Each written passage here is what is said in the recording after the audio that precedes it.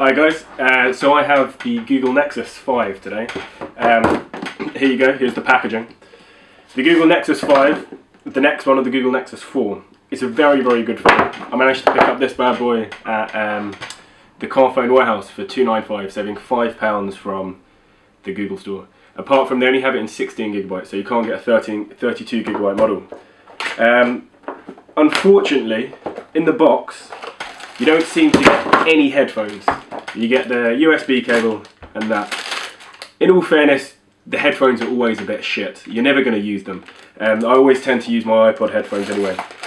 I was a Google phone Nexus user beforehand, and I switched to the dark side when the Nexus 4 came out.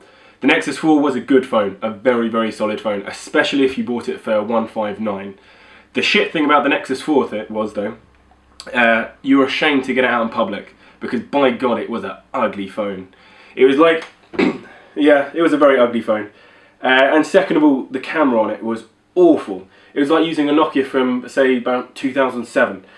The camera quality, admittedly, not everyone likes taking pictures, but from time to time you do like to take pictures of your mates or whatever. But in those moments, it just would not take a picture.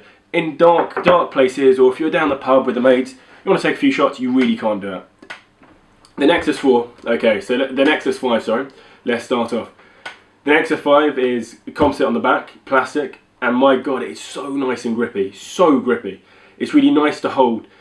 Already I have found some slight problems. The Nexus 5, okay, the screen is 5-inch. My hands are quite big, I'm 6'3", and even I have difficulty reaching the top left-hand corner. You have to sometimes use your extra finger.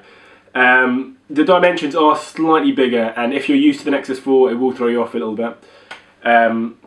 But this camera, the camera on here is, I would say, comparable to an iPhone 4.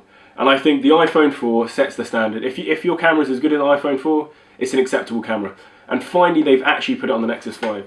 So overall, the shit thing about the Nexus 5 is it doesn't come with headphones, and it costs £20 more than the Nexus 4. If you've got the Nexus 4, don't upgrade, just stick to it, because you're going to have all the new features of KitKat on there.